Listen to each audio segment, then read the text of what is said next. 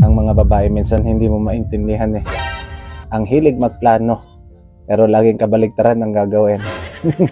Yung gusto daw niya magpapayat, may calorie deficit ka pang nalalaman, panay ang workout.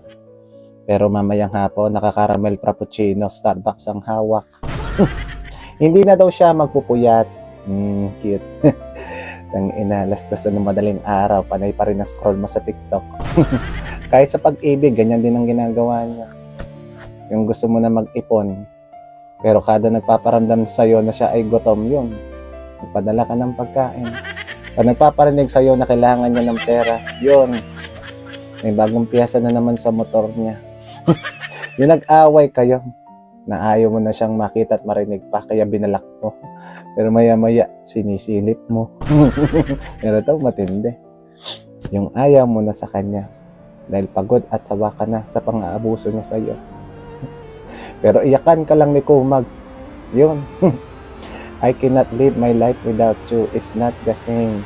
Kaya welcome back, baby.